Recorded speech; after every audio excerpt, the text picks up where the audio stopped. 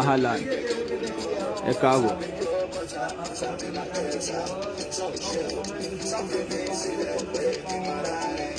Princess Onímàmá Àgbáláyà, mo kí ẹ ṣé gan, ẹ kú ìfẹ́. Gbogbo ẹni tó bá ti ń wọlé sí kalẹ̀ yìí, ẹ dákun tó wọlé náà, ẹ máa signify, ẹ dákun tó wọlé náà, ẹ máa signify. Ẹ̀yin olólùfẹ́ wa náà la fẹ́ ṣe lé fún 1 hour náà la máa fi ṣe inshallah bi qudratillah. Gbogbo eléyìí tá fẹ́ ṣe yìí sìn fáńfà ni gbogbo olórin mùsùlùmí ní ilé a máa ṣe bẹ̀rẹ̀ títa wọn ní hip hop oríṣiríṣi báyìí ṣùgbọ́n báyìí sìn olórin mùsùlùmí ni.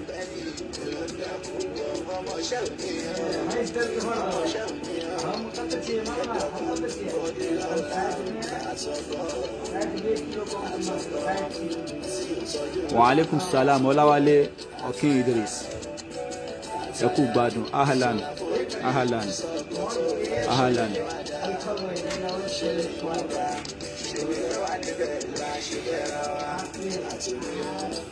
Sọ bí wọn tí kò mójú tó owó tó ní owó tó ní àrísìkí ló fi ń kó jọ. Láàrin kò sẹ́dá tó mọ̀lá ọmọ táwùtọ́ yóò gbélé sóko ẹ̀ kí wá lè rí ẹ̀ òbí tó bímọ tó lọ́mọ àsí. Naam. Ó dá ipá àwọn èèyàn tí ń wá online jẹ́jẹ́. Alhamdulillahi Rabbil Alamin. Ẹ̀dá ọpẹ́ fún Ọlọ́run ọba àjọkẹ́ ayé ọba ṣàkẹ́ ọ̀hún. Ẹ dákun torí Ọlọ́run. A kí wa kú ọlá Jímọ̀. Ọlọ́run á jẹ́ kí gbogbo wa tún ṣọ́ọ̀kù ẹ̀ láyọ̀ ọlá ìnáwó Muhammad. Naam. Ẹ máa wò pé Kaola ló ń ṣe live yìí o. Bẹ́ẹ̀ ni wàláì, ó tó bẹ́ẹ̀ wàláì, ó tó bẹ́ẹ̀ wàláì. Kọ́lọ̀ ń ṣàánú wa. Àánú olórin ìsìláàmù máa ń ṣe mí gan púpọ̀. Àánú olórin ìsìláàmù máa ń ṣe mí gan nítorí pé ó dàbí pé àwa olórin mùsùlùmí a kì í sábà rẹ̀ ní fà wá sókè wàláì, a kì í sábà rẹ̀ ní fà wá sókè. Ṣùgbọ́n Ọlọ́run á wọ ọlá ẹ̀ nínú ọlá ẹ̀ á túnbọ̀ bá wa ran gbogbo oníkálùkù lọ́wọ́. Àwọn tó ń ní lọ́kàn tí wọ́n ń gba lérò pé ó wù mí kí n ran olórin mùsùlùmí lọ́wọ́. Ó kí yín Queen Olúgbìnsán Karim ẹ ra sà, gbogbo yín ni mo kí. Naam. So Ọlọ́run á bá wa ràn wọ́n lọ́wọ́ inshallah bi qudratillah karim. So àwọn olólùfẹ́ wa kan wà tó jẹ́ sí pé wọ́n ń wá kíwé ilé ìṣẹ̀lẹ̀ káwọn ba lè mọ ibi táwọn ti fẹ́ ràn wá lọ́wọ́. Ní ta fẹ́ gbé kalẹ̀ yìí sìn ètò fún olórin mùsùlùmí òun ni iléyá ló ń bọ̀ lọ́ọ̀kan yìí ládájú kọ́ lòun náà dájú kọ́ wáyé ọlọ́mọṣá ìkà mi mẹ́rin tí ó ṣe aka ọ̀nà mẹ́rin tí ó ṣe ọ̀làǹdà Muhammad ẹ̀ máa ṣá mi náà à ń fẹlẹ́ yìí afẹ́ fi pọ́n iléyá wa lé gẹ́gẹ́ bá a ṣe mọ̀ bí Eidul Kabir ọdún ńlá wa mùsùlùmí ni tá a lọ sí iléyá lọ́tún lósì ọlọ́run àjẹ́ òṣojú ẹ̀mí tèmi ìwọ náà ṣàmì ọlọ́run àjẹ́ òṣèlú tèmi náà mo kì í Arab Money bàbá wa alaikum salam ọlọ́run àwa pẹ̀lú wa ẹ ṣé gan mo dúpẹ́. náà èyí tí mo wá ń try láti sọ òun ni wípé àwọn olórin mùsùlùmí afẹ́fẹ́ kan ṣe talent hunt kò ń ṣẹ̀yìn àgbàlagbà nínú olórin ẹ dákun torí ọlọ́run ẹ mọ̀ sí mi gbọ́ o àwa ọmọ kékeré tá a ṣẹ̀ṣẹ̀ ń bọ̀ tá ń pè ní upcoming artist alágbélé lẹ́fún talent hunt ni ó dẹ̀ wù mí ó jẹ́ sí pé àwọn èèyàn lóríṣiríṣi lè kópa ń bẹ̀ kò sẹ́ni tí ó lè kópa ń bẹ̀ ìwọ tó bá fẹ́ kópa ń bẹ̀ orí Facebook mi yìí wàá rí nọ́mbà kan bẹ̀ nọ́mbà yẹn lọ wo nọ́mbà yẹn WhatsApp nọ́mbà mi ni kò chat mi kò fẹ́ kópa ń bẹ̀ wọ́n á díẹ̀ sórí platform gbogbo àwọn tán fẹ́ ṣe tán fẹ́ contest iye tá máa fún ẹni tó gbépò kínní ó ń bẹ nínú wa ẹni tó gbépò kejì ó ń bẹ nínú wa àwọn àǹfààní tó wà ń bẹ lóríṣiríṣi ẹ padà máa gbọ́ tó bá yá ọlọ́run á wà pẹ̀lú wa so náà ni wípé eléyìí sìn agbélẹ̀ fáwọn olórin mùsùlùmí so kò sí ń ta ní ju ọlá ọlọ́run lọ ọlá ọlọ́run la ní ọlá ọlọ́run la ń jẹ so tó lórí mùsùlùmí tó bá lè kópa nínú iṣẹ́ yìí tàbá ń rí àwa ń bẹ̀ ṣe understand tàbá rí àwa ń bẹ̀ ìgbìyànjú kí gbìyànjú tóun náà bá lè ṣe níbi gbogbo talent hunt yìí tó bá ń gbìyànjú ó possible kó má gbé first àbí kó gbé second àbí kó gbé third àbí kó tiẹ̀ má lẹ́tọ̀ọ́ sí kankan nínú ẹ̀bùn tán bá pín ṣùgbọ́n kó ní lọ́kàn wípé gbogbo ayé ń wò ó gbọ́ mi kó ní lọ́kàn pé gbogbo ayé ló ń wò ó ní tèmi bá post kó yẹ sí pé èèyàn méjì ló rí nínú pílátífọ́ọ̀mù tèmi ta tún wá gbé fáwọn tí wọ́n ń judge káwọn náà tún ṣí ẹ̀rẹ̀ ṣe mọ̀ pé ó ti ń déyàn mẹ́ta mẹ́rin márùn-ún mẹ́fà wọ́n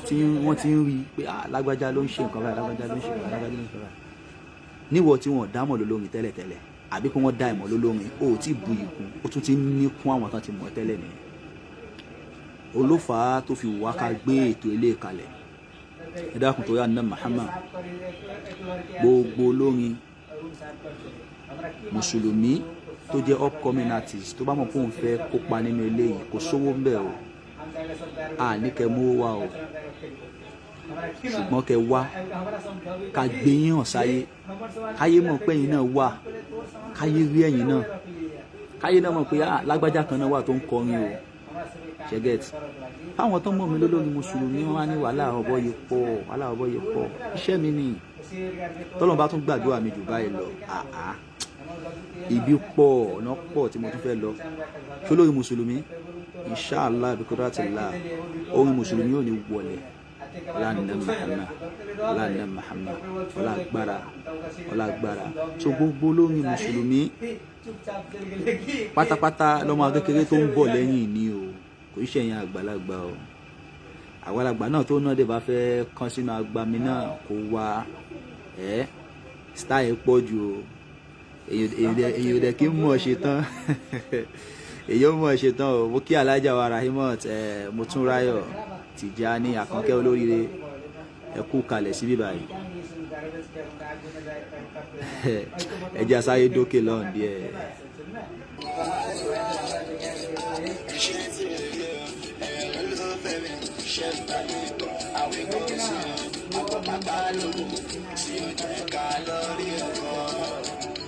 Ògúntọ́lá Alimat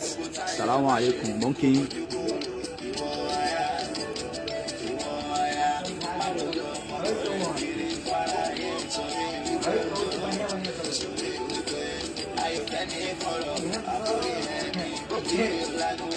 mo kí yín ẹ kú gbádùn ẹ dákun tó rọlọ́run fún ẹlòmíì tó jẹ́ sí pé kò láǹfààní àti gbọ́ wa tó jẹ́ sí pé olórin ni ó wá ń gbọ́ mi òun wa kò wá láǹfààní àti kópa nínú ìdíje náà ó lè sọ fún ọmọ kékeré tó bá jẹ́ olórin pé nǹkan báyìí ń lọ o ẹ gbọ́ nǹkan báyìí ń lọ o ìwọ náà wá kópa ń bẹ̀ o.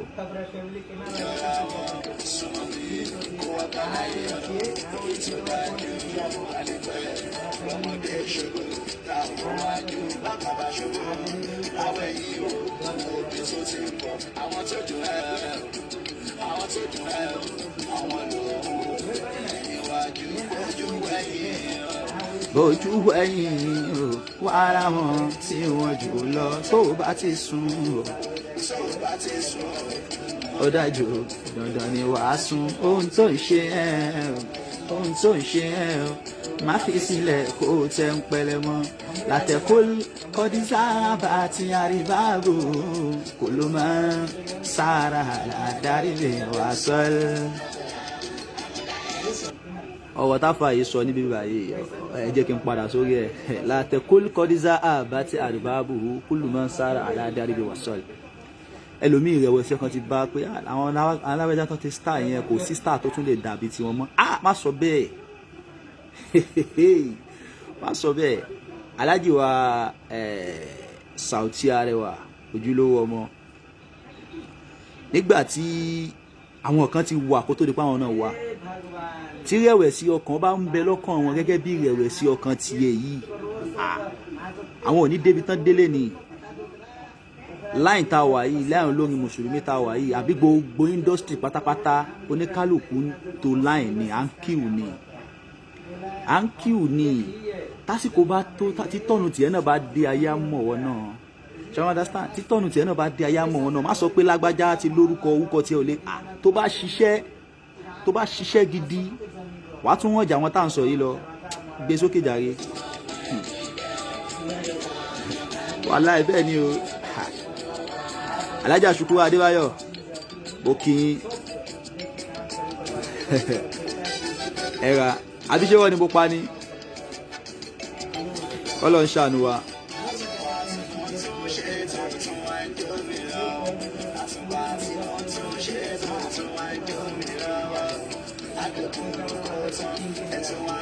bẹ́ẹ̀ ni ní tèmi o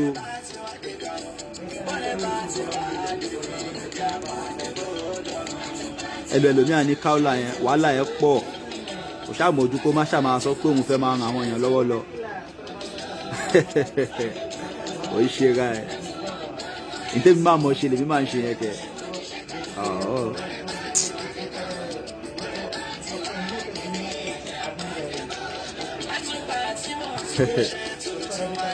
wàhálà ẹ̀ kéèyàn máa tún àtúpàṣe kó máa jóyàn lọ́wọ́ kò í sí o. Wàláì gbogbo olórin mùsùlùmí pẹ̀lú ògùn Ọlọ́run aláàánú wa ò ní kú ọlá Ànábì Muhammad gbọ́ àdúrà yìí dáadáa gbogbo olórin mùsùlùmí àtolórin mùmí náà ìdá gospel ni àbí jùjú àbí fújì ni aláàánú wa ò ní kú ọlá Ànábì Muhammad àsìkò táláàánú ó fojú kan wà Ọlọ́run ní mú kó lórí ilẹ̀ tọ́lọ́run bá mú kó lórí ilẹ̀ àwọn ayé ò ní rí mú kó aláyé ò ní rí mú sẹ́ẹ̀. Masha Allah, Masha Allah.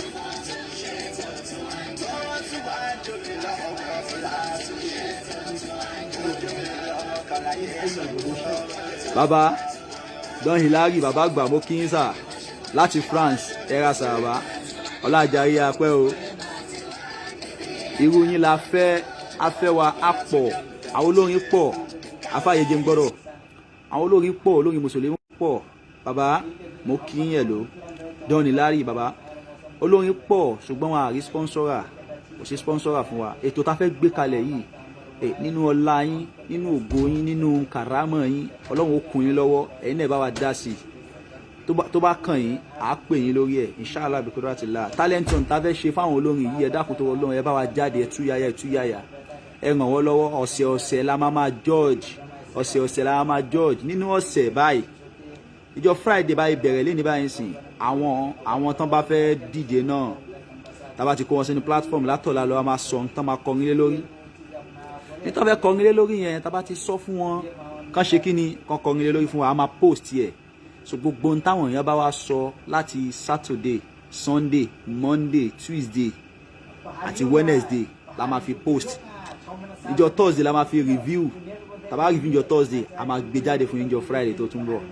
inshallah bí kọ́dọ̀ àti là tẹ bá tún lólórin lẹ́gbẹ̀ẹ́ bá mi pé ẹni kò máa bọ̀.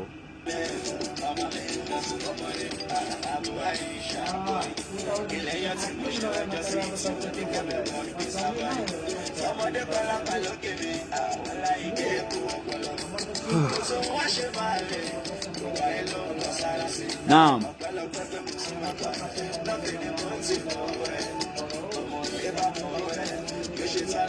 Yóò ṣetán láti bá gbà jẹun ni o àní nítorí oore sẹ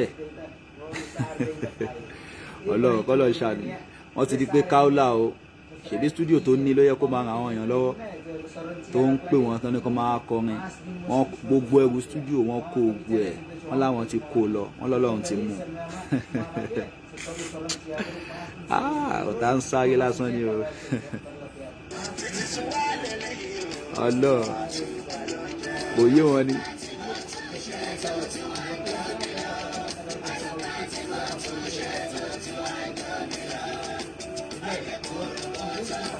wàhálà ẹ̀ Ọlọ́run á wà pẹ̀lú wa eléyìí tí mo fẹ́ ṣe tó bá ti di 9:30 inshallah bí kudratullah gbogbo ń ta ní fún gbogbo àwọn tó fẹ́ competitive lórí ètò náà tí wọ́n gbọ́dọ̀ pé a máa kà jáde sí wa inshallah kudratullah àwọn olórin tí wọ́n ó díje náà àwọn nǹkan kan wà tó jẹ́ sí pé wọ́n gbọ́dọ̀ pé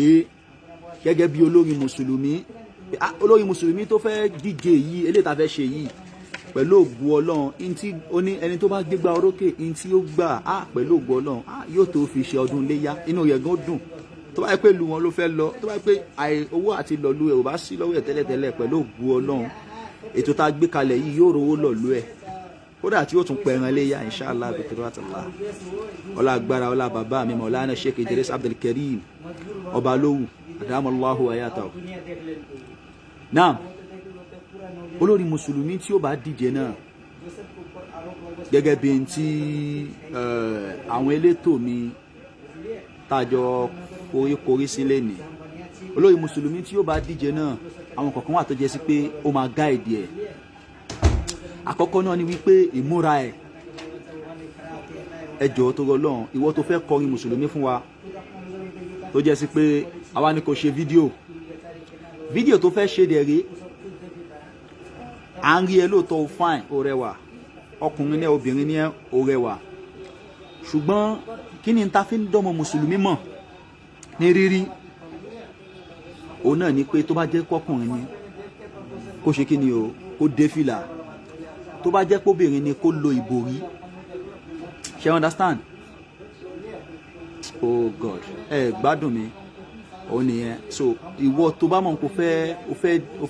fẹ́ bá wa kópa nínú ìdíje yìí lólórin mùsùlùmí ìjọkùnrin ìjóbìnrin ó gbọ́dọ̀ pé kínní ṣáà ìmọ̀ ìmúra wọ fìlà dé fìlà sọ́rí kò sì wọ ẹ̀wù tó dáa background tó bá fẹ́ lò ẹlẹ́kejì ni pé fídíò tó fẹ́ ṣe ó gbọ́dọ̀ clean fídíò yẹn gbọ́dọ̀ clean nítorí pé àwa nìkan kọ́ la fẹ́ wò a fẹ́ sọ sáyé ni káyé rí wọ náà kán rí ẹ kán dá ẹ mọ̀ oh God kán rí ẹ kí wọ́n dá ẹ mọ̀ jọ torí Ọlọ́run ìwọ olórin yìí baba Maulana Sheikh Adédèjì baba Qasim Sheikh Adédèjì Muhammad Qasim baba àgbà olówó orí ọkọ̀ Sekinat Sektab baba ẹkú kalẹ̀ mo kí yín baba Ọlọ́run jẹ́ ayín pẹ́sà naam so olórin yìí background tó bá fẹ́ lò ó jẹ́ background tó dáa tó bá pé nu yàrá ló fẹ́ lò ó tó bá di pé yàrá yẹn rí bákan àbí pé bí tó fẹ́ dúró sí tí ayé ti rí ẹ dáadáa bóyá ẹ̀yìn ẹ̀ ò da wá aṣọ kan tó plain Hey! Yes! On that light for me now. Now na room. This one no concern me. Ẹ má bínú jàre. Àwọn kan náà paná lọ́dọ̀ wa nígbà yìí. Naam. Kọ́lọ̀ ń wà ó, kọ́lọ̀ ń ṣàánú wa jàre. Oh God.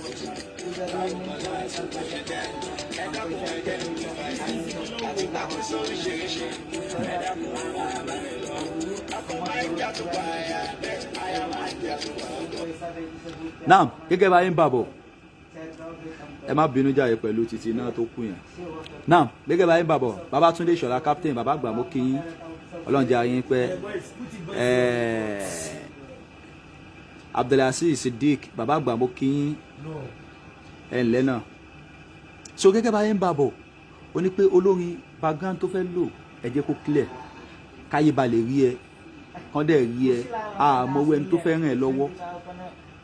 Torí pé yàtọ̀ sí pé a fẹ́ fún yín ní ẹ̀bùn, àwọn kan wà tó jẹ́ sí pé wọ́n fẹ́ ràn yín lọ́wọ́. Pé lágbájá mò ń gbọ́, mò ń gbádùn lágbájá, ìdí lágbájá yìí ṣe ń kọrin dùn mọ́ mi nú. Personality yẹn nìyẹn, tó máa béèrè nọ́mbà ẹ, àá máa fún wọn. Inshallah bi qudratillah. Èmi nìkan ni mo jáde tẹ́yìn rí, àwa tá wà lábẹ́ ètò yìí á pọ̀ lóríṣiríṣi.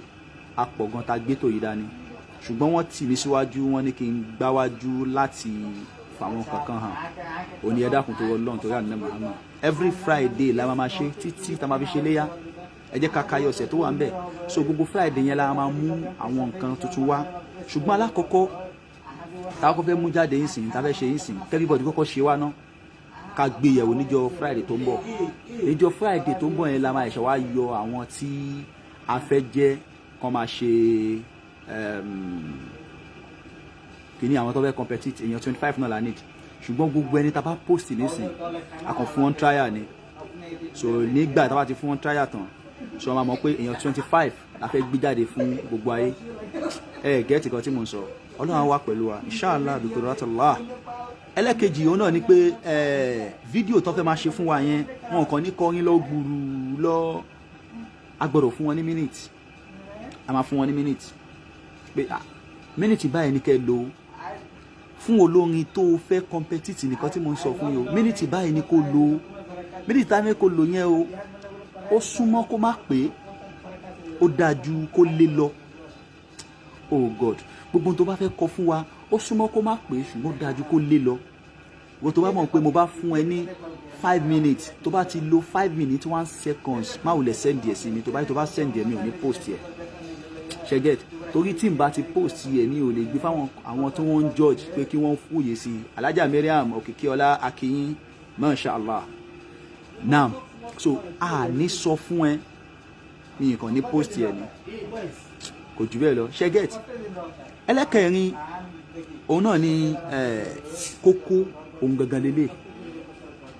Gbogbo lórin tó bá mọ̀ pé òun fẹ́ nípìn nínú ètò yìí ẹ dákun tó Ọlọ́run ẹni náà gbọ́dọ̀ ní Facebook account. Àkọ́kọ́ nìyẹn, ẹni náà gbọ́dọ̀ ní kíni o, ẹni náà gbọ́dọ̀ ní Facebook account. Ẹlẹ́kejì ó gbọ́dọ̀ ní Instagram account. Account méjèèjì yìí ayé ti yọ update gan. Account méjèèjì yìí jẹ́ kó pé tó bá ní Facebook tó bá ní Instagram tó bá ní tètè lọ open ẹ̀. Torí pé tá bá ti ń tagi, tá bá ti ń post ẹ̀ a máa tag ẹ̀ lórí Facebook, a dẹ̀ máa post ẹ̀ sórí Instagram, a máa tag ẹ̀ síbẹ̀ ẹ̀ náà. A tún fi ṣe kíni, a tún fi ẹ̀ náà boost account ẹ̀ nìyẹn. Oh God, ṣe understand nǹkan tí mo sọ yẹn? A tún fi ẹ̀ náà, a tún fi ń boost account nìyẹn. Ó ní pé ẹ jẹ́ ká gbé iṣẹ́ yìí ká gbé lọ sí next level. Ayé ti yàtọ̀ sí bá ṣe ń ro tẹ́lẹ̀tẹ́lẹ̀, orin Islam ẹ jẹ́ ká wá ìdí ẹ̀. Àwọn olórin hip hop náà ń kó wa lọ́bẹ̀ lọ, ẹ ti mọ̀, àwọn olórin hip hop ń kó wa lọ́bẹ̀ lọ gan. So ẹjọ́ torí Ọlọ́run, ẹjọ́ torí Ànábì Muhammad, ìwọ tó bá mọ̀ pé ó dá ẹ lójú, ó dá ẹ lójú. Alájà wa Kausara Alájà Kausara Olúwa Kẹ́mi Sọ́lá, mo kí màámi nìyẹn, màámi tó ṣú ẹ kújọ́ mẹ́ta, bó ní gbogbo ẹ̀. Now Babátúndé captain bàbá wa ẹ o a máa sọ yín yẹn àwa àtàwọn contestant a máa sọ yín yẹn yìí tẹ́ máa gbà Alájà mo kí yín yẹn kú gan. Tèmítọ́pẹ́ Àṣàbí ẹ ṣé mo dúpẹ́ gan iṣẹ́ Ọlọ́run náà ni kẹ́yìn náà kún wa lọ́wọ́ kájọ gbé lárugẹ ọlá ní Muhammad. Now so Facebook account ó ṣe kókó fẹ́ náà alájà wa Zainab ṣe kò ní mo kìyìn alájà Zainab yìí wọ́n ń wò mí láti UK alájà Zainab ẹ ṣé mo dúpẹ́ ìfẹ́ ni ọmọ kékeré ni tó olólùfẹ́ Kaola ni wàláhì súnmọ́ billahi alájà Zainab yìí olólùfẹ́ Kaola ni àti UK ni wọ́n ti ń wò wá bá ẹ ṣé gan ara wọn tó máa bá wa gbé ìwọ artist yẹn náà lọ́wọ́ lélẹ̀ Ọlọ́run á wà pẹ̀lú wa gan more blessing so o gbọ́dọ̀ ní Facebook account o dẹ̀ gbọ́dọ̀ ní Instagram account ìwọ tó bá fẹ́ díje yẹn o ẹ dákun tó yọ Ọlọ́run kò ní di pé bóyá màá béèrè pé tó bá fẹ́ send màá lábẹ́ ẹlẹ́kẹ̀fà ó ní wípé màá drop nọ́mbà mi WhatsApp nọ́mbà mi tẹ́ máa send video yẹn sí tẹ́ bá ti ṣe tán ṣẹ́gẹ́ tẹ́ bá ti ṣe video yẹn tán ẹ máa send ẹ̀ síbẹ̀ tẹ́ bá ti wá send ẹ̀ síbẹ̀ o kó send Facebook username ẹ tẹ̀lé àti Instagram username ẹ kó dẹ̀ ṣe kí ni kó specify rẹ̀ àti understand kó yà á lọ́tọ̀ọ̀tọ̀ Facebook lélẹ́yìí o Instagram lélẹ́yìí so tí bá post ẹ̀ sórí Facebook tán máa tag ẹ tí bá post ẹ̀ sórí Instagram máa tag ẹ so ìwọ náà ń build Instagram ẹ lọ nìyẹn ṣe understand kó tó di pa máa gbé àwọn oríṣiríṣi nǹkan mi wọlé lórí ẹ ẹ ṣé gan gbogbo ẹ̀yin tẹ́ ń wá sórí line pátápátá ni mo kí gan ẹ kú ìfẹ́ eléyìí tá pè ní talent hunt fún gbogbo olórin mùsùlùmí àyìn tẹ́ bá fẹ́ ràn wá lọ́wọ́ lórí ẹ̀ náà ẹ dákun à ń expect yìí o because owó tèmi ní tí mo fẹ́ fi sponsor kìíní díẹ̀ ni ó já sọ pé Rukayat mo kí yín màámi Ọlọ́run jẹ́ àrí pé àwọn olórin mùsùlùmí náà nìyẹn àgbà nínú olórin ni wọ́n kọ́lọ́n jẹ́ àrí wọn pé ọlá Muhammad náà òun nìyẹn so màá drop number WhatsApp mi tó yẹ sí pé tẹ́ bá ti ṣe orin náà tán wọ́n máa fi síbẹ̀ tá bá ti fi síbẹ̀ èmi màá mọ bí màá ṣe máa post yẹ ṣùgbọ́n lẹ́yìn bí mo ṣe ń sọ̀rọ̀ yìí sìn màá sọ iye eléyìí tá a fẹ́ ẹ lè máa ẹni tó bá láǹfààní láti ṣe fídíò yẹn láti sìn kó máa send yẹ sí mi èmi máa bẹ̀rẹ̀ sí ní post yẹ láti sìn get nǹkan tí mo sọ màá bẹ̀rẹ̀ sí ní post fídíò yẹn láti sìn alájà Àyìnkẹ́ Adé Islamiyya Ìṣọ̀lá mo kí yín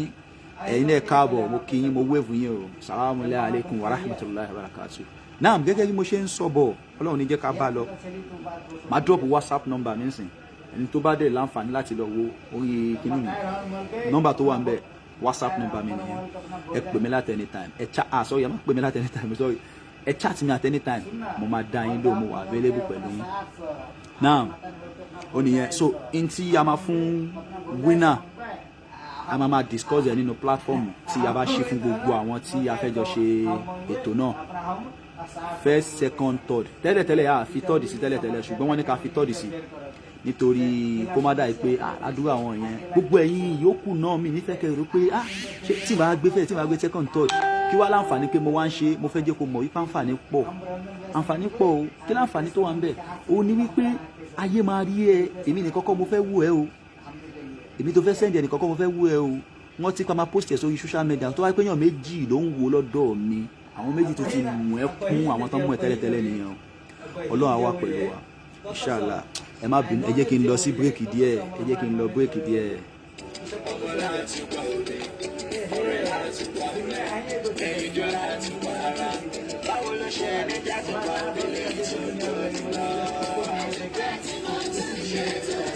tó tún wá ń jó mi lọ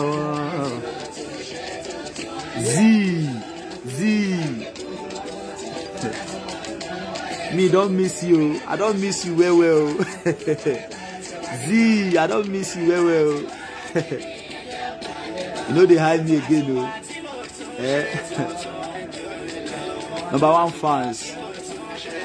all the way from UK mashallah how you are oge ṣíṣe ò ní pa mí o alájà wa Bọ́lá mo kí ẹ káàbọ̀ sáàrin wa talent hunt fún olórin mùsùlùmí òun la fẹ́ gbé kalẹ̀ ètò tá fẹ́ gbé kalẹ̀ fún ẹni tí ò bá mọ̀ pé kí ni ó ń sọ̀bọ̀ látàárọ̀ live la ń ṣe yìí talent hunt fún olórin mùsùlùmí láti kún wa lọ́wọ́ torí pé àwọn olórin mùsùlùmí àwa à ń kọrin jù ẹ jẹ́ ká tìrí báyìí wò ẹ wo lórin hip hop ní sùtọ́lá mi dé bá kọrin sìn orin 3 minutes ni o orin 2 minutes ó lè kọrin 2 minutes gan sef ẹ máa rí ẹ wo iye tí wọ́n fi ń gbọ́ ẹ wo bọ́n ṣe ń scream orin yẹn oh god ẹ wo bọ́n ṣe ń ṣe gbogbo àwọn èèyàn tó ń gbọ́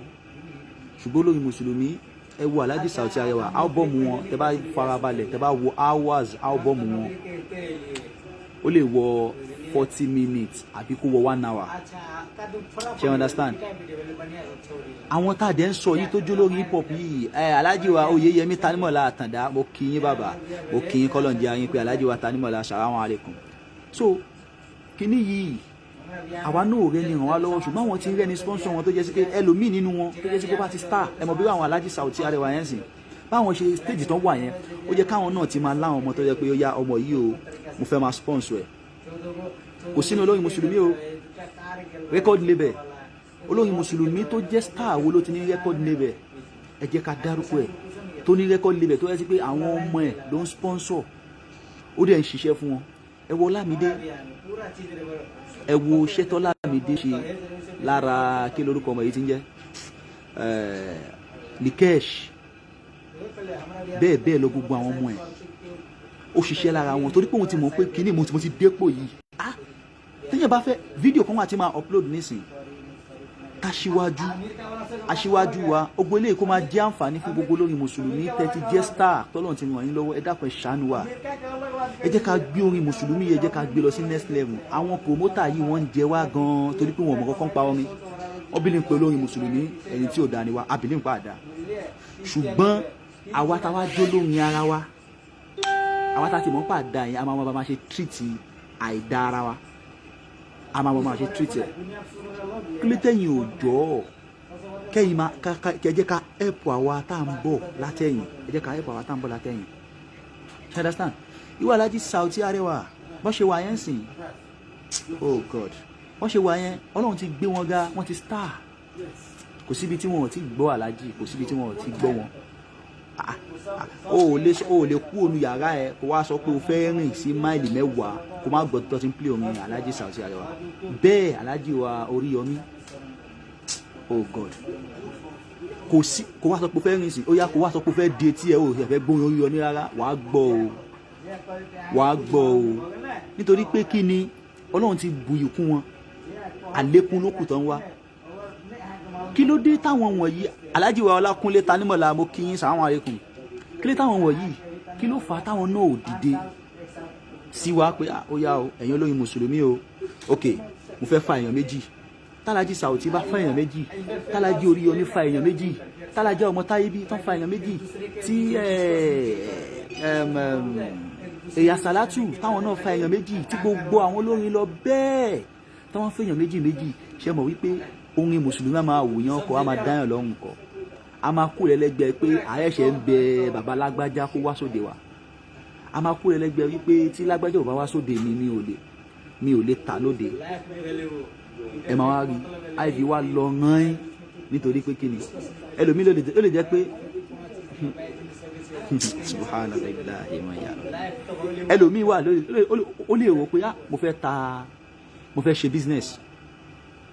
Ànásírí Ọlámídé ọmọlúàbí ilẹ̀ bàbá mo kí yín ẹ kú kalẹ̀ ẹlòmíì lè rò pé mo fẹ́ ta biscuit mo fẹ́ ta provision olórin dẹ̀ ni wọ́n wà pé kí ló ń lè fi kún ok yẹn ta iv àwa mú lọ sọ́dọ̀ Alhaji Mutiu Bashoru àbí kó mú lọ sọ́dọ̀ Alhaji Kasimu kìíní kan àbí kó mú lọ sọ́dọ̀ Alhaji kìíní kan Sàgbà àbí kó mú lọ sọ́dọ̀ kìíní kan Sàngálò gbogbo wọn tá bá ti wá mú débẹ̀ tán àwọn èèyàn máa ṣe kí ni àwọn máa wò pé alágbájá káre ẹ ṣe ọdẹ ìwà ráyè lé ní ọ̀la ní wàá sóde ìráyè lé ọ̀sẹ̀ yìí bí tó bá di kìíní kan a máa wá ṣerú níbẹ̀ olórin wàláhì sumobìláì tá bá mọ iyì ara wa àwa olórin tá bá mọ iyì ara wa ó jẹ́ kẹ́ mọ̀ wípé ẹni táyé fẹ́ rí ni wá ó jẹ́ kẹ́ mọ̀ pé ẹni táyé ń pé wò Yorùbá ló pòwe kan ní ẹni táyé ń wò ń wòran àwa la máa gbéra wa lọ sọ́dọ̀ àwọn olówó wọ̀nyí nítorí pé kíni nítorí pé ọwọ́ wọn nìrànlọ́wọ́ wa wà a mọ̀ pé tí o bá fún wa lówó a lè ṣe kankan sọkàtì wa gbà pé àwọn àgbàlagbà wa ẹ ti wá ṣe ẹ ti ṣe gbogbo kinní yìí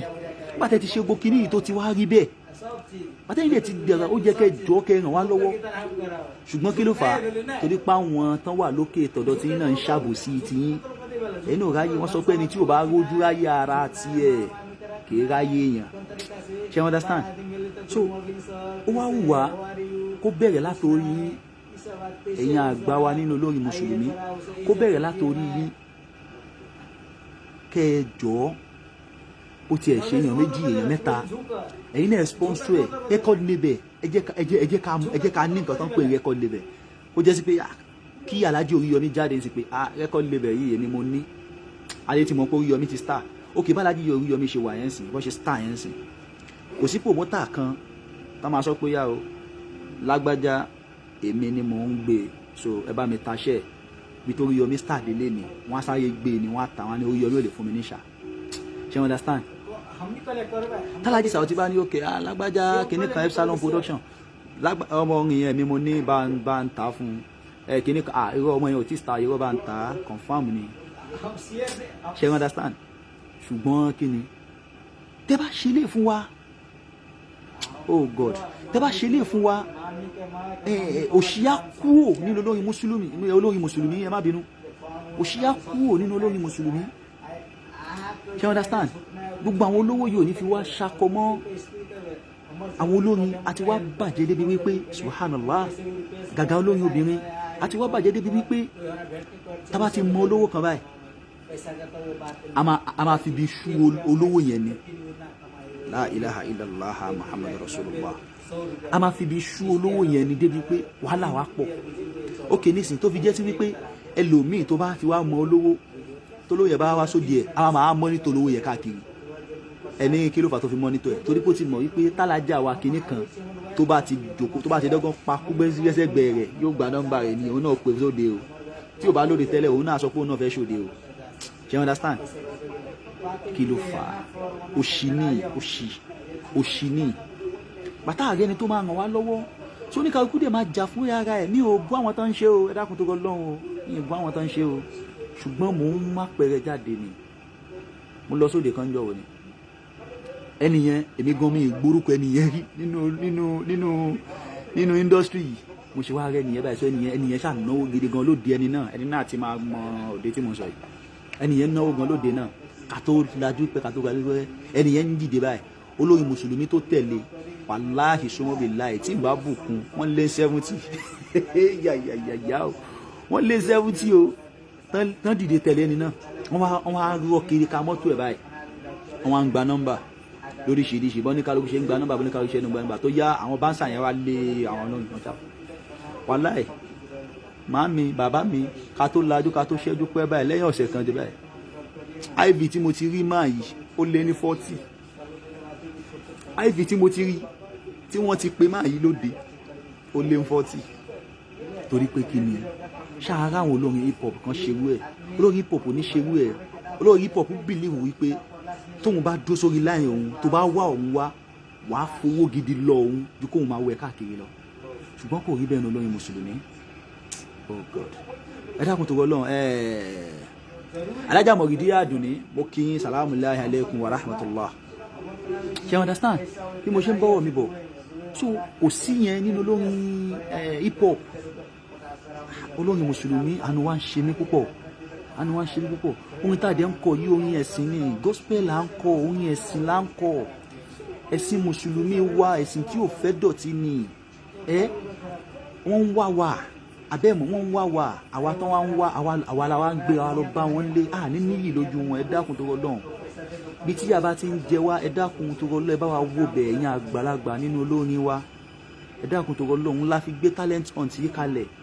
ẹ dákun tó rọlọ́run ó máa wù mí kí pé nínú kíní ìgbọ̀nsẹ̀ káwọn èèyàn máa sponsor wọn èèyàn ká máa sponsor wọn èèyàn nínú nǹkan tá à ń ṣe yìí ẹlòmí lè rí promoter tó jẹ lọ bẹ́ẹ̀ ògbélé tá à ń ṣe yìí tó bá dàbí eré ẹ dákun tó rọlọ́run mo mọ̀ pé ẹni tó fẹ́ ṣe yín lóore àbẹ́ni tó fẹ́ ṣe wá lóore tó pé ara yín lèmi náà olórin mùsùlùmí lèmi náà ẹni tó fẹ́ ṣe wá lóore ò ní rí bí eré á rí gẹ́gẹ́ bí wípé jẹ́ kí n ṣèrànlọ́wọ́ fẹ́ nìyí ẹ dẹ̀ mọ̀ ok ọ̀rọ̀ èbó kan ló sọ wípé ó ní tó bá fẹ́ tún ayé ṣe ìwọ kan tún téèyàn kan ṣe nínú ayé wọ́n tún téèyàn kan ṣe nínú ayé wọ́n á sọ pé alágbájá ìyá ń jẹ́ wọ́n á fún un lówó pé yá lọ ṣòwò yìí owó tó wá lọ ṣe yẹn ó wá yídìí ṣọ́n pé òun náà ní gbàgbé olóore Alhaji wa Yusuf olórúkọ mi bàbá àgbàlagbà Yusuf àbá àgbà yín ṣe wá yín kàn sí yín lọ́la torí pé ìlànà bàbá ṣe gíráfíìsì kìíní ẹ̀ yín kàn sí yín lọ́la bó mọ tí ń bẹ̀ bí owó bàbá àgbàlagbà ọlọ́run ajá yín pẹ́ sáà sàlámù alaykum. Kí ni mò ń bá bọ̀ ó ní wípé mi ì fẹ́ sọnù tó bá ti wá ṣoore fẹ́ nìyẹn ẹnìyẹn náà bá wá dìde òun náà hàn pé ẹ̀kọ́ òun náà ràn yàn lọ́wọ́ ẹni ẹ̀ wò ó sì Sheikh Habibullah young sheikh kọ́lọ̀ ń jẹ́ arí wọn pé ọlá ní Muhammad bisimilahi inna a'tayna fún bàbá náà wàláhì súnmọ́ billahi lẹ́sí láwọ́ ní tí wọ́n ń ṣe yẹn wàláhì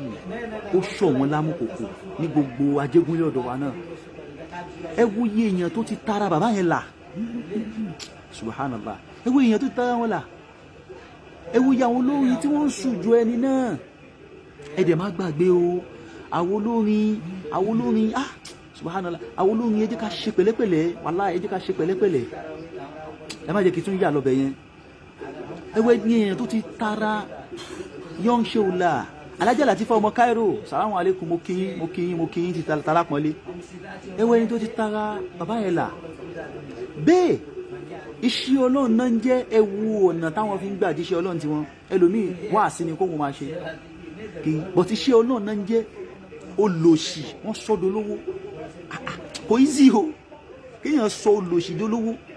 ṣé you understand torí pé olówó gbò fẹ́ kéèyàn lówó ẹ wá imagine ẹni tó wá sọ olòṣì tó sọ́dọ̀ lówó tóun ò dẹ̀ bìkítà pé kóun má nì ṣé you understand mo wo prógámù wọn kan gbà kan wọ́n gba 30 million fún yàn kan ẹ ò kéèyàn tó lè gba 30 million fún yàn mo gba 30 million fún yàn ṣé kí ọba sọ pé yá ní 30 million yẹn dákun tó ọlọ́run ẹbí mi náà mú 10 million bẹ́ẹ̀ o bàbá ò gba 1 naira níbẹ̀ samtu ọlọ́run làáfà ń jẹ wàláì ọlọ́run làáfà ń jẹ o wàláì bismillah inna atayna fún bàbá wa young sheikh kọ́lọ́mọ́ jẹun kan dàmú ọlá ní Muhammad wọ́n nígi tó tọ́ nínú igbó wọ́n ní kò kí ń pẹ́ ọlọ́run àìní pẹ́ bàbá wa ọlọ́run ikú tí ó pa wọn kó mú gbogbo ọ̀tá wọn lọ ọ̀tá tó bá ti wá rokú òun ni kó mọ ọlọ́lẹ̀ ẹ̀dẹ̀ wọn bisimilahi rahman rahim inna a'tayna al-kawthar fasalli li rabbika wanhar inna shani'aka huwal abtar àmín wọ́n tó bá mọ ìgbẹ̀yìn iná àtẹnà mọ́ ká o no gbogbo ṣóre dẹ̀rẹ́ ẹ dákun tó ọlọ́run ẹ ṣàánú wa tẹ bá fẹ́ ṣe olórin lóore ẹ ṣe oore tá jẹ́ kó là fún ni ẹ má ṣoore tó máa tún kó wàhálà bá ẹni tẹ́bi ń pa nísìn tí ò rí bí jẹun ṣe understand ẹni tí ò rí bí jẹun tó yẹ sí pé ó wá báyìí pé lágbájá mo fẹ́ jẹun dábàá tó mo fẹ́ rán Mẹ́kà mi ò rí bí jẹun wá ló fẹ́ rán yàn Mẹ́kà ẹni yẹn ò rí bí jẹun kò rí bí sùn wá ló fẹ́ rán Mẹ́kà pé olórin ní ẹ̀tọ́ jẹ́ ń da ọlọ́lá ó fẹ́ rán Mẹ́kà subhanallah Mẹ́kà ní lọ ẹni tọ́lọ́ ń bá pè ní o ṣùgbọ́n tó yẹ tálíkà tó jẹ́ sí pé kò lówó àbí kó lówó ilé tó ń gbé òun náà kò tí gbádùn ilé tó ń gbé olówó kan wá sọ pé òun fẹ́ ṣe lórí wa rán ní Mẹ́kà ẹni tó bá dé láti ní Mẹ́kà yẹn níbi tó fẹ́ ó gba adé ànábì tó gbé ibo ló fẹ́ gbé wọ̀ sí. Oh God mo ò báwọn èèyàn ń gbádùn mi báyìí adé ànábì tó ń gbé bọ̀ ibo ló fẹ́ gbé wọ̀ sí inú ilé tí ò da yẹn náà ni inú ilẹ̀ ọlọ́run tó ní ká lọ Mẹ́kà ní mínísítà kan hà ilé ìṣẹ́bí ló sọ ó sọ pé kinní nínú ìnira ẹ mọ̀ pé ẹni tó lọ Mẹ́kà yẹn inú ìnira ló wà nígbà tí yẹn kan Mẹ́kà tó fi almost like bí 2 million tó jẹ́ sí pé owó tó yẹ pé o ò tí gbọ́ láyé ẹ̀ tó fi rẹ́ Mẹ́kà tó jẹ́ sí pé owó yìí ò kẹ́lọ́ o kàn lọ Mẹ́kà o kàn dé náà ni àfà ó dà pé ẹni yẹn ò ṣe lóore ni o ṣùgbọ́n owó tó fẹ́ fi rán Mẹ́kà yẹn kó wá tiẹ̀ dá sí méjì pé àfà ẹ gba 1 million yìí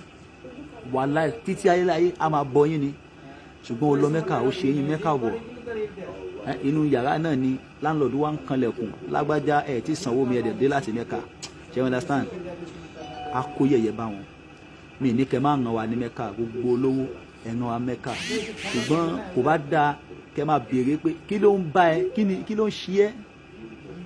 ìyàwó ló ń jẹ ibi tí yà ti ń jẹ gangan ni kẹ́ bá wa tágẹ́ẹ̀tì lára ẹ̀ gbogbo olórin mùsùlùmí ẹ jẹ́ ká máa sọ̀rọ̀ jáde ẹ má torí ń ta fẹ́ jẹ́ ká bá ń ta fẹ́ jẹ́jẹ́ ẹlòmíràn tó yẹ pé olówó ń expect kó sọ̀rọ̀ fún ara ẹ̀ kó yá lágbájá bóò ní sọ wa ok mo fẹ́ ràn ẹ́ Mẹ́kà sọ wa Mẹ́kà ọlọ́run ọba Mẹ́kà kí ni tiẹ̀ náà máa wá dùn yẹ kó ní assalamu alaikum bàbá mo dúpẹ́ ṣùgbọ́n Mẹ́kà ò tí kàn lọ́rọ̀ mi báyìí sá tó bá yẹ pé bóyá kódà kó jẹ́ sí pé dà kan lẹ bá lè fún mi nínú owó yẹn kẹrin lómi ní Mẹ́kà tẹ́ni yẹn tó bá jẹ́ oníwà ọlọ́run á wò pé ok kí ló fẹ́ wàhálà ilé tí mò ń gbé ilé ìyá mi ni ó sì gbé kí ló náà ti dá wà mi níṣẹ́ tí mò ń ṣe yàtọ̀ síṣẹ́ oyún dẹ̀ yẹ kí n fi iṣẹ́ kan fún ok 2 million ni mo fẹ́ rán ẹ ní 2 million náà kó Mẹ́kà ok ṣé tí bá fún ẹ ní 1 million ṣé wàá manage ẹ Mẹ́kà tó bá ṣiṣẹ́ dáadáa tó bá tíṣẹ́ bá wà ok wà lọ Mẹ́kà náà ìyẹn ṣùọ́ wà lọ Mẹ́kà ṣùgbọ́n ẹni kálukú ìdùnnú ò ní jẹ́ ká lè sọ̀rọ̀ ó ń kó bá wa púpọ̀ wàhálà ó ń kó bá wa púpọ̀ mo kí gbogbo yín lẹ́ẹ̀kan sí ẹ má jẹ́ kí n sọ jù báyìí lọ talent hunt òun la fẹ́ lè gbé kalẹ̀ gbogbo ẹ̀yin olólùfẹ́ wa pátápátá tẹ́ ń gbọ́ orin mùsùlùmí gbogbo ẹ̀yin tẹ́ ń gbọ́ orin mùsùlùmí ẹ dákun torí Ọlọ́run tá bá ti gbé tò yìí kalẹ̀ ẹ dákun gbogbo olórin tẹ́yin náà bá mọ̀ ẹni kó wá ilé àtúnwọ̀n wa lọ́wọ́ ni wàhálà ẹ̀ gbogbo ẹ̀yin ọ̀gá ẹ sọ fún àwọn ọmọọṣẹ́ yín ẹ jẹ́ káwọn ọmọọṣẹ́ yín wọlé wá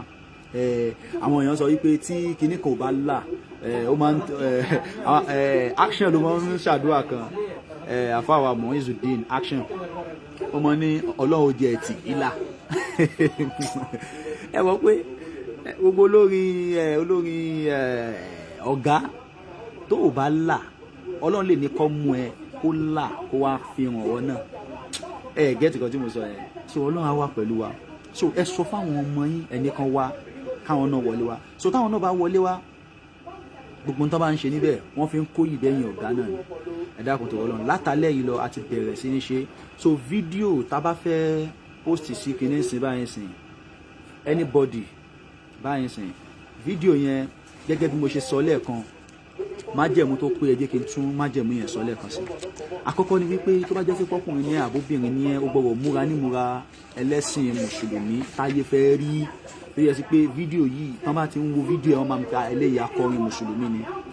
ẹlẹ́kejì òun ni wípé tó bá ti fẹ́ ṣe fídíò yẹn jẹ́ kí bẹ́ẹ̀ yẹn ṣe kí ni jẹ́ kó clear dáadáa jẹ́ kí tó bá ti fẹ́ ṣe fídíò yẹn jẹ́ kó clear Musa ibi tá bá ti fẹ́ ṣe fídíò yẹn jẹ́ kó clear dáadáa background tá bá fẹ́ lò tó bá jẹ́ pé yàrá lẹ fẹ́ lò ẹ fàṣọ ẹ fi ta bẹ̀ ẹ lè mi ṣe fàṣọ ta bíbà ẹ̀ ń sìn ẹ fàṣọ ta bíbẹ̀ nítorí wípé àwọn tó fẹ́ àmọ́ èèyàn nú èèyàn ara àwọn nǹkan tó máa fi já wa làwọn nǹkan tí mo ń kà kalẹ̀ yìí o tí orin tó bá fẹ́ kọ bá dùn tó bá jẹ́ sí pé ẹ̀rọ ní background ẹ má bínú tó Ọlọ́run o wọ́n máa já yín o tó bá jẹ́ sí pé orin tó fẹ́ kọ dùn background wà òkè o wá dé fìlà àbí kó múra gẹ́gẹ́ bí olórin mùsùlùmí ìwọ obìnrin wọ́n máa já yín o ẹlẹ́kẹ̀ẹ́ta òun ni pé mínítì wa àkọ́kọ́ ń sin báyìí sí ilé ìta kọ́kọ́ fẹ́ ṣe fún ilé ń sin báyìí sí mínítì tá bá fẹ́ fi ṣe gbogbo tá bá fẹ́ kọ anything tó bá wù yín ní kẹ́kọ̀ọ́ láfta ilé ìlànà máa fún yín ní topic but ní sin báyìí sí afẹ́ kọ́kọ́ fẹ́ jẹ́ kẹ́rì bọ̀dí wọ́kọ̀ wọlé lẹ́kẹ́rì bọ̀dí kó ṣó talent yẹn ká post yìí oníkálukú àwọn pé agbájá náà ó kópa nínú DJ yìí ẹni yẹn tó lè bá fẹ́ ṣe dẹ̀rẹ́ kó jọ tó Ọlọ́run kó WhatsApp mi kó dárúkọ ẹ̀ fún mi kó explain everything so kí n bá lè save ẹ̀ láti máa understand láti máa push Facebook account WhatsApp Facebook account àti Instagram account ẹjọ́ tó Ọlọ́run kẹ́ni ẹni tí ò bá ti ní kó má wulẹ̀ wá o tó bá kí Facebook lóní tó ní Instagram má wá o dákun tó Ọlọ́run Facebook account àti Instagram àwọn méjìlá ní ẹlẹ́kẹ̀ẹ́ta sorry ẹlẹ́karùn-ún ó ní wípé nọ́mbà WhatsApp mi ó yẹ ẹ jẹ́ kí n máa pè fún yín 081 tí o bá ṣe tán máa post ẹ̀ sórí kínní 081 28 90 95 04 081 28 sorry 28 90 95 04 081 28 90 95 04 WhatsApp number mi nìyẹn ẹ̀yin ọ̀gá ẹ lè máa wò mí kó yẹ sí pọ́nmọ́ yín ẹ sẹ́ǹdì ẹ̀ sí mi ẹni kó hàdí káọ́là kó sọ pé òun náà fẹ́ díje níbi ìdíje yìí ẹ dákun tó Ọlọ́run mo mọ̀ wípé pẹ̀lú ògo Ọlọ́run láàṣẹ Ọlọ́run iléyá tó ń bọ̀ yìí aṣojú mi aṣojú ẹ̀yin náà ọlànà Muhammad Ọlọ́run ò ní jẹ́ ká ẹnìkankan fojú sunkún ẹnìkankan wa 3 minutes lókù tí mo fẹ́ lò níbi Ọlọ́run ní jẹ́ ká ẹnìkankan fojú sunkún ẹnìkankan wa ọlànà Muhammad gbogbo ohun tí ó bá di iléyá wa lọ́wọ́ kọ́lọ́n bá wa parẹ́ gbogbo lílọ iléyá wa Ọlọ́run bá wa pọ̀nà mọ́ gbogbo ohun tó ní kálukú bá máa ṣe láti sin lọ Ọlọ́run bá wa máa fi ògo àtayọ̀ síbẹ̀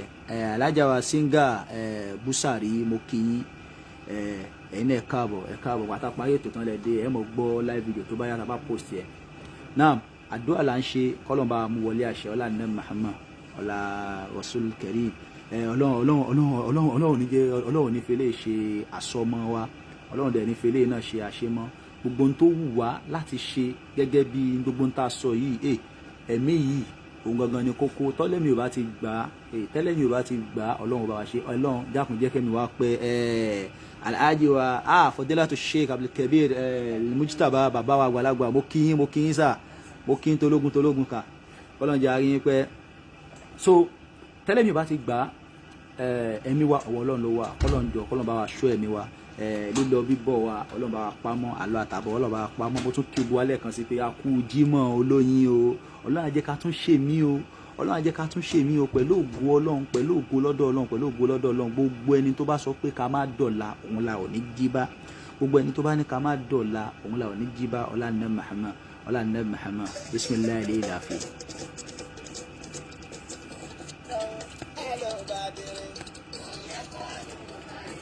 Ma iya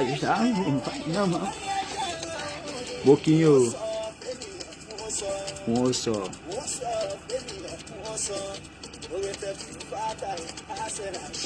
so salamu alaikum wa rahmatullahi wa barakatuh Ọlọ́run àjà ó tún dọ̀sẹ̀ tó ń bọ̀ lẹ́yìn pé mo bá ń post ọ̀sẹ̀ tó tún bọ̀ látún máa bẹ̀rẹ̀ sí ní ṣe máa sọ gbogbo àwọn tá a bá rí gbogbo tẹ́yìn náà bá rí ẹ comment gbogbo comment ẹ bá fi ṣọwọ́ sí wa gbogbo ẹ̀ la máa sọ ń jọ náà ẹ ṣé gan mo dúpẹ́ Ọlọ́run wà pẹ̀lú aláǹdẹ̀ Muhammad ó tún dìgbà ó di ọjọ́ Jímọ̀ tó ń bọ̀ lọ́hùn kọ́lọ́n ṣọ́ mi kọ́lọ́n ṣọ́ yín ojú tẹ fi ń wò mí ò ní fọ́ etí tẹ fi ń gbọ́ mi ò ní di fóònù tẹ fi ń tẹ Ọlọ́run ò ní gba ṣọ́ọ̀bù lọ́wọ́ yín o Ọlọ́run jẹ́ kẹ́ mọ owó ra dátà tẹ́ fi mọ owó fídíò yìí ọlá nẹ́ Muhammad ọlá tọ́ ọlá Yasin Yusuf bàbá èyàn àti yín bọ̀ wá sọ̀rọ̀ láìpẹ́ alájẹ́ ìwà ta nímọ̀lá lèlè Mujtaba kọ́lọ́n jẹ́ àyín pẹ́ sàwọn